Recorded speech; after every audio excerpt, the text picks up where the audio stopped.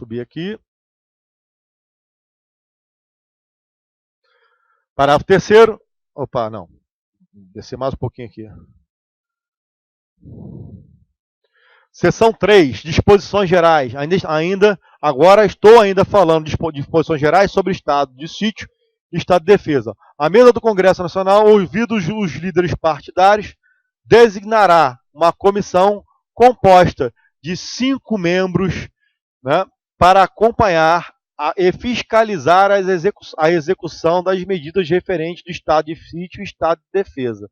Então, a mesa do Congresso vai, né, ouvidos os líderes partidários, eles dão uma comissão do Congresso Nacional, que vai ser composta de quê? Deputados e senadores, para fiscalizar essas medidas. E quando ele decreta o estado de sítio, ele vai dizer quais as medidas que serão aplicadas. Quando ele decreta o estado de defesa, ele automaticamente diz na decretação do estado de defesa as medidas a serem utilizadas, só podendo adotar aquelas. Quando ele solicita o estado de sítio, ele vai dizer quais são as medidas. E o Congresso vai autorizar aquelas medidas ou não. E, portanto, caberá o quê? Fiscalização. É o legislativo fiscalizando o executivo que está aplicando o estado de sítio ou estado de defesa. Cessado o estado de defesa ou estado de sítio, cessarão também seus efeitos, ou seja, todas as medidas restritivas, sem prejuízo da responsabilidade pelos ilícitos cometidos, ou seja, se houve abuso de autoridade, crimes praticados, esses crimes serão investigados e as pessoas serão punidas por seus executores ou agentes públicos. Né? Parágrafo único.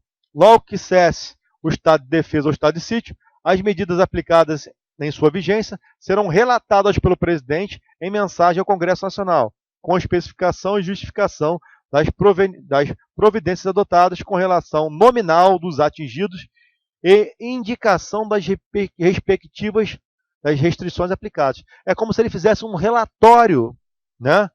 Um relatório sobre as medidas adotadas, quem foi o atingido, e nesse relatório ele encaminha ao Congresso Nacional. É como se fosse o quê? O Congresso, para que o Congresso fiscalize o que ele aplicou e se realmente, né, arbitrariedades foram ou não cometidas. Tudo bem? Vamos aqui agora das Forças Armadas.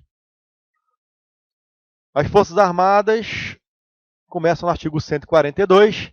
Ó, são constituídas pela Marinha, pelo Exército e pela Aeronáutica. Então, eu te pergunto, entra a Polícia Militar e entra o Bombeiro Militar? Não. A Polícia Militar e o Corpo de Bombeiros Militar, nós vamos ver que eles são reservas do Exército. Quando se fala em Forças Armadas, são só, né, Marinha, Exército e Aeronáutica. São instituições nacionais permanentes e regulares. Elas foram criadas para se protrair por tempo indefinido no tempo. Não foi criada para resolver um problema e depois ela vai ser dissolvida, né? Organizadas com base na hierarquia e disciplina. São os chamados pilares das Forças Armadas. Né? Elas se alicerçam sobre 2 pilares fundamentais: hierarquia e disciplina. Sobre a autoridade suprema do presidente da República, que é o seu comandante supremo, né? E destinam-se à defesa do quê? Da pátria, à garantia dos poderes constituídos e por iniciativa de qualquer destes, ou seja, dos poderes constituídos, que são 3, né? Poder executivo, legislativo e judiciário, da lei e da ordem. Então, nós vimos aí, por conta das eleições, né? O Poder Judiciário solicitou o quê? A presença das Forças Armadas, né, em determinadas localidades, para garantir o quê? A defesa da lei, né, e a ordem durante as eleições. Não foi decretado estado de sítio nem estado de defesa. Para que elas sejam convocadas para atuar, não é necessário que haja o estado de sítio e o estado de defesa decretados. Tá? Porque elas têm isso é chamada missão constitucional. Defender a pátria contra ameaças estrangeiras, defender a pátria num eventual estado de sítio ou estado de defesa decretado, que eles são chamados de defesa da pátria, né? E para garantir também os poderes constituídos. Por exemplo, né, decidiram invadir o Congresso Nacional, né? O Judiciário está sendo invadido, né? O Executivo decide não cumprir medidas judiciais, né? Então, elas poderiam ser chamadas para defender os poderes constituídos. Lei complementar, cuidado que se uma questão sobre lei ordinária isso está errado. Naquela pirâmidezinha eu coloquei, ó, espécies de leis. Leis complementares, leis ordinárias, medidas provisórias. Isso aqui seria, né? Seria muita sacanagem do examinador, mas é possível, tá? E colocar lei ordinária estabelecerá as normas gerais a serem adotadas na organização, no preparo e no emprego das Forças Armadas. Não, é por lei complementar. Não cabe habeas corpus em relação a punições disciplinares militares. Vamos entender o que é uma punição disciplinar, né? A punição disciplinar é quando o militar ele descumpre, ele atenta contra o chamado pundonor militar, né? Ou seja, contra o que se espera que um militar se apresente perante a sociedade. Então, a punição, a transgressão disciplinar, né, ela enseja uma punição de caráter disciplinar. É uma punição administrativa. Os militares podem ser punidos administrativamente, né, e aí ser atingido o seu direito de locomoção. Essa punição disciplinar para militar é no máximo por 30 dias. Aí vai dizer, ó, o militar está preso ou o militar está detido, mas não é que ele cometeu o crime, não é prisão criminal, é punição disciplinar. É quando o comandante do militar prende ele porque ele não cumpriu o regulamento disciplinar ou descumpriu ordem dentro do quartel. O cara não é condenado criminal, tudo bem? Então, prisão administrativa. Civil não pode ser preso administrativo. A Constituição proíbe, só militar. Por isso que a gente fala de punição disciplinar. O habeas corpus, gente, é uma ação constitucional que tem por objetivo defender o direito de locomoção.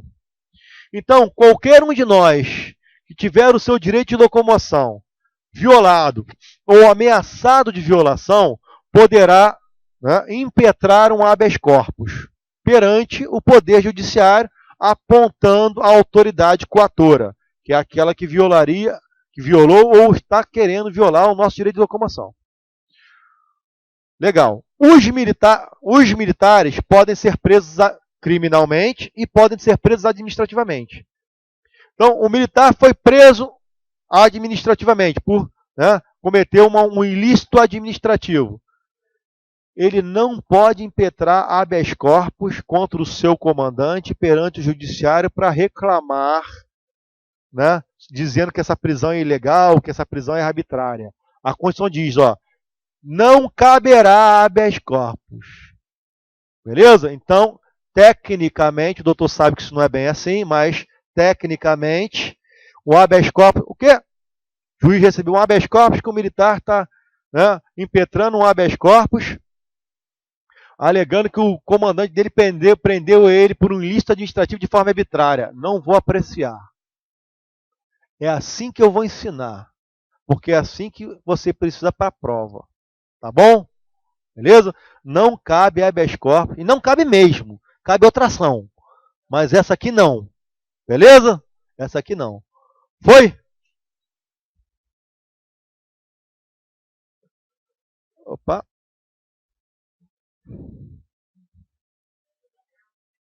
Tem que subir?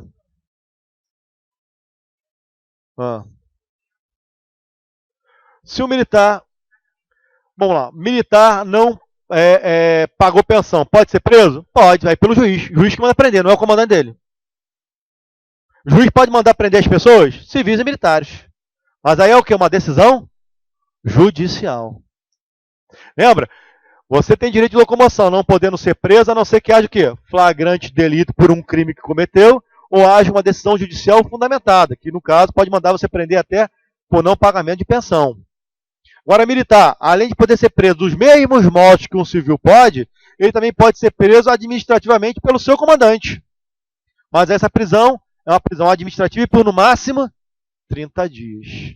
E contra ela não cabe o quê? Habeas corpus. Tá bom? Os membros das Forças Armadas são denominados militares, aplicando-se leis, além das que vierem a ser fixadas em lei, as seguintes disposições. Essa lei aqui, que ele fala, além das fixadas em lei, já foi feita. Tá?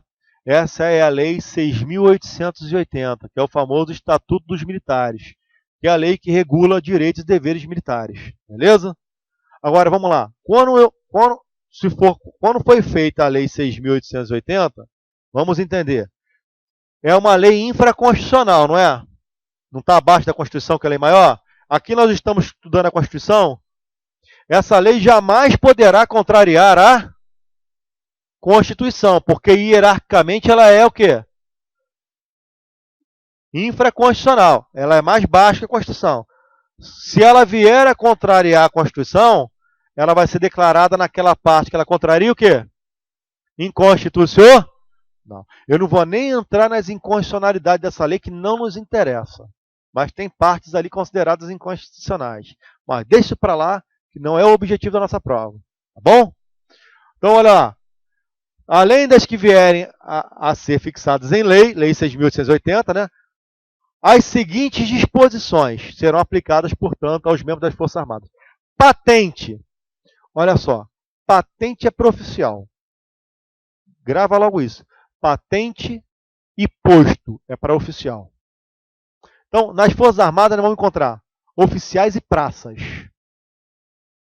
Então, se eu não sou oficial, eu sou o quê? Um praça. Beleza? Aí vocês vão ser oficiais. Só que antes de se tornarem oficiais, vocês vão passar por um curso de formação. Então, vocês vão ser praças especiais. Depois que formados, aí sim vocês serão oficiais. Vocês vão ter o quê? Patente. Portanto, vocês vão ter o quê? Um posto. Beleza? A patente é uma carta patente que vai ser assinada pelo presidente da República, hein? Olha a onda. E quem concede a patente aos oficiais é o presidente da República. Vai passar aí daqui a pouco. Beleza? Posto e patente é para quem? E praça tem o quê? Graduação. Tá bom? Praça vai ter graduação. Ok? Oi? Não entendi. Você está me perguntando se a tua formação vai ser de um ano? Olha, tem vários cursos de formação. Tá? Vocês vão ser incorporados às Forças Armadas. Né? O Exército e a Marinha têm adotado um ano de formação. Na aeronáutica, eles já fazem um estágio de adaptação que dura 45 dias, se eu não me engano, em alguns casos até 2 meses, e incorporam. Porque na incorporação, cada uma das Forças Armadas pode incorporar segundo os seus regulamentos. Lembra do regulamento? Regulamentos próprios. Beleza? Nada. Então vamos lá. As patentes. Diga, doutor.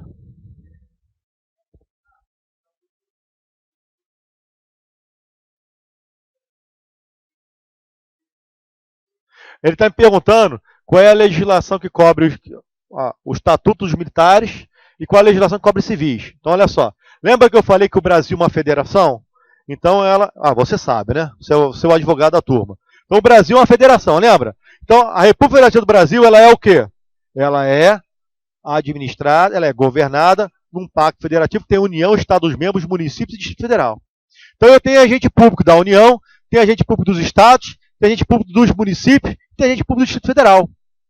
Dependendo da espécie de agente público que eu seja, eu terei o quê? Uma legislação que trata específica para tratar dos meus direitos e meus deveres.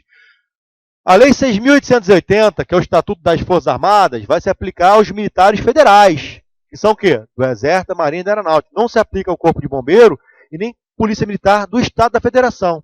Aí cada Estado da Federação vai fazer a legislação estadual para os seus militares. Em relação aos servidores civis, os da União são regidos, como você me perguntou, pela Lei 8.112.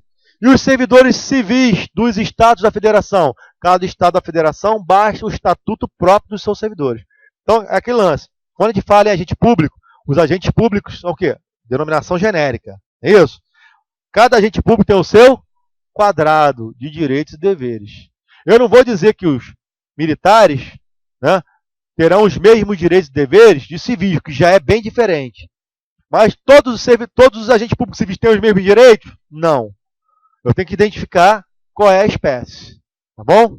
Nada, doutor. Os militares federais serão regidos pela Lei 6.880. Tá bom? Então, as patentes com prerrogativas são privilégios, né? Direitos e deveres, a elas inerentes, são conferidas pelo presidente da República e assegurada em plenitude aos oficiais da ativa.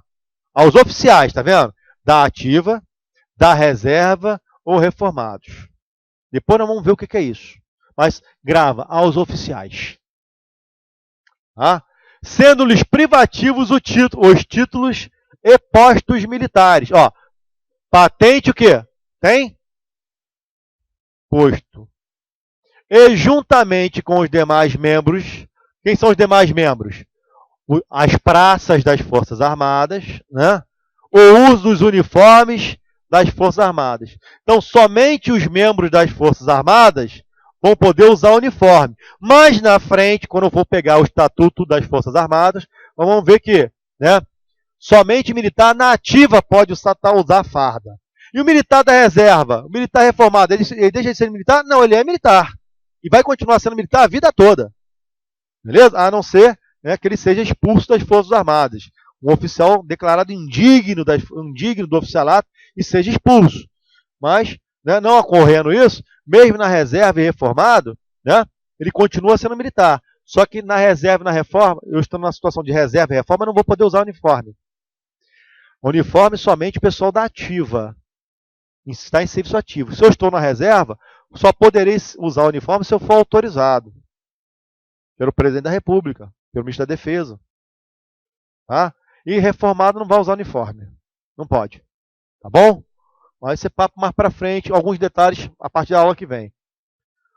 O militar em atividade, os da ativa, que tomar posse em cargo ou emprego público civil permanente. Aí entenda lá. Sou militar da ativa. Fiz um concurso para o BNDES. Ô, glória! Passei. Né? Passei para o Banco Central. Né? Ó, militar aí. Passei. Né? Fui classificado. Fui lá e tomei posse. Assinei o termo de posse. Vou declarar automaticamente se eu ocupo outro cargo. Né? Vou dizer, sou militar. Beleza, você é militar? Então olha o que vai acontecer com você. O militar em atividade que tomar posse em cargo ou emprego público civil permanente, olha a palavra permanente, não é transitório, será transferido para a reserva. Mas não fala reserva remunerada, isso vai ter diferença na aula que vem. Reserva, nos termos da lei. Você não vai para a reserva remunerada recebendo provento de militar ainda não. Você deixa de ser militar da ativa, passa a ser militar da reserva. Beleza? Mas não é reserva remunerada. O que é que o militar da reserva pode ser convocado em caso de guerra? Beleza? O reformado não. Mas o da reserva pode. Ele pode ser reconvocado. Tá? Isso mais para frente. Enquanto você estiver na reserva. Beleza? Porque existe um prazo também que você permanece na reserva. Depois você vai ser reformado. Ou por motivo de saúde você é reformado. Mas isso vai ficar para o ano que vem. Falar diferença de o ativo, o reserva, o reforma. Mas eu só estou dizendo que existem essas três situações. Mas eu continuo sendo o quê? Militar. Tá? Então, tomou posse em emprego público permanente, você é transferido para a reserva. Só que ele fala, ressalvado na hipótese do 37, inciso 6. Aqui é o seguinte, aqui é o militar na área de saúde. A exceção é da saúde. Por exemplo, eu sou militar, mas sou um militar médico, um militar enfermeiro, um militar odontólogo, né? Fiz um concurso para uma instituição civil. Ó, fiz concurso para ser médico do hospital. Escolhe o hospital aí. Souza Guiar. Tem que ser hospital, né? Público, porque é concurso. Né? Aí eu vou lá e tomei posse como médico lá. Eu posso manter os dois? Posso. Beleza? Isso é permitido, né, no artigo 37. Ali, inciso 16, a linha C. Então, o pessoal da saúde, né, mesmo tomando posse em outro cargo também na área de saúde. Então, eu sou médico nas Forças Armadas, sou tenente, sou capitão, sou major, coronel, e sou o quê? Um médico também do Hospital Souza Guiar. Isso é permitido. Agora, se for tomar posse em qualquer outro cargo público ou emprego público civil permanente, sou transferido para a reserva. E não vai ser reserva remunerada. Beleza? Foi? Doutor, os professores são regidos por legislação especial. Tá? É uma legislação específica para eles. Bom? O militar da ativa, que de acordo com a lei, Então vai se acostumando com essas palavras, da ativa, da reserva, da reformado, de acordo com a lei, tomar posse em cargo, emprego ou função pública. Aqui, ó, temporária, ó, que não seja eletiva. Tá? Ainda que da administração direta, ressalvada a hipótese do quê? De novo aparecer aqui o quê? O médico, né? Pessoal da área de saúde, né? Ficará agregado. Aí isso é importante. Gente, isso aqui pode sair como pegadinha. Sou militar, da ativa. Tomei posse num cargo público ou num emprego público, mas ele é permanente.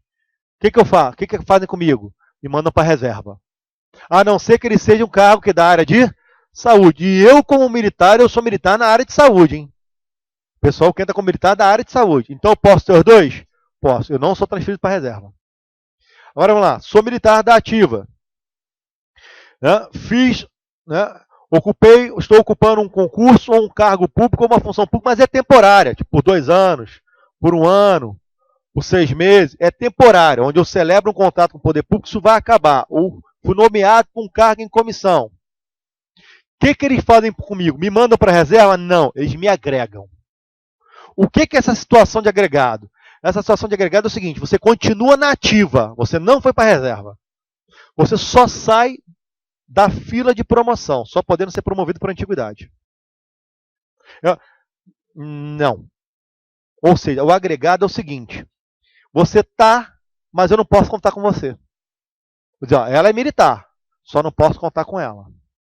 Porque ela está o quê? Agregada. Quando essa situação aqui acabar e você sair desse emprego público, função pública temporária, aí você sai da situação da agregada e volta a exercer suas atividades normais no quartel.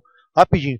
A não ser que isso seja o que? Cargo que na área de saúde, eu vou ficar nos dois, não vou ser agregado, não vou ser nada. Continuo na ativa e exercendo temporário também na área de saúde na ativa. Tudo bem? Foi? Só um instantinho. Foi? Fala, doutor. Público. Público. Aqui a lei é bem específica. Ó. Emprego ou função pública. Oi. Uma função. Eu dei uma função. Beleza? Você continua militar. Muitos militares foram designados para atender. Eu te dei uma missão. Você continua sendo militar, só que está com uma missão de atender as Olimpíadas. Um monte foi. Eu trabalho na unidade de saúde. Um monte foi designado. Foi maneiro pra caramba, que ficamos vendo. Eu não fui, né? Não fui designado, porque eu trabalho em unidade de saúde, mas não sou da saúde. Mas muitos foram lá, tiveram passagem, puderam ver jogos, essas coisas assim, com credencial. Mas ele é um militar, está na ativa, foi dada a missão dele, a ele de atender nessa área. Beleza? Não, aí você botou a guerra. Tipo assim, estou fazendo um bolo de limão. Se você botar o maracujá, vai sair outra coisa. Em época de guerra, o que tem? Vamos lá, eu te desagrego. Olha só, o agregado, gente, entendeu? É um militar, que eu estou dizendo, ó, esse militar, ele é da ativa. Só que ele está agregado, ou seja, eu não posso ficar usando ele para o quê? Para as atividades militares. Quando ele for desagregado, eu pego ele e uso para as atividades militares normais. Entendeu? Foi?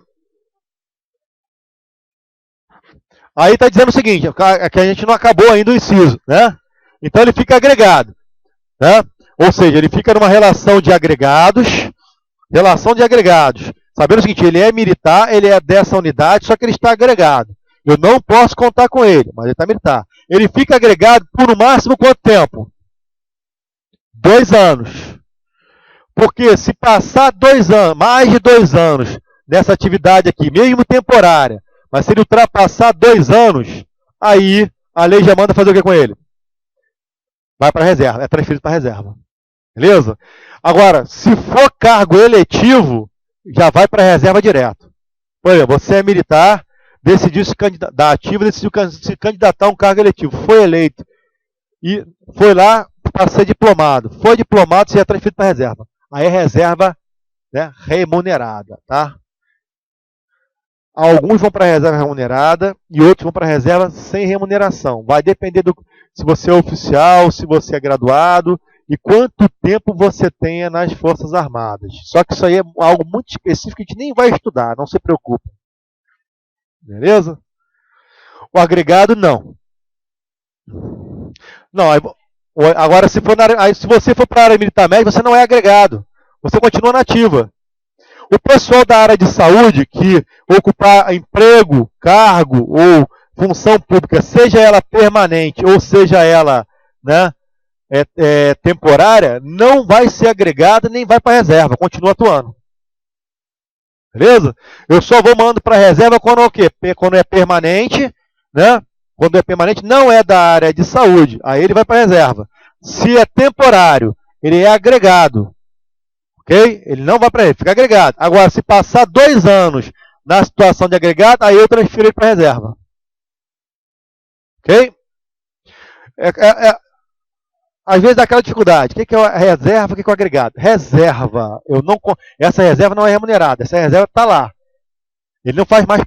Ele é militar, mas é um militar da reserva. Ou seja, ele não vai mais participar, não vai mais atuar na ativa. A não ser que eu decida o quê? Reincorporá-lo para a ativa. O agregado, ele está na ativa, mas na situação de agregado. Ou seja, ele é militar da ativa numa situação de agregado, significa que eu não posso convocar por ele, eu não posso escalar ele para nada, eu não posso mandar ele para missão militar nenhuma, ele está só agregado ao corpo das Forças Armadas. E é por até 2 anos a agregação. Depois, aí, ou seja, ou cessa a situação, ele volta, ele é desagregado, voltando normal para a ativa, ou vou mandar ele para a reserva. Tá bom?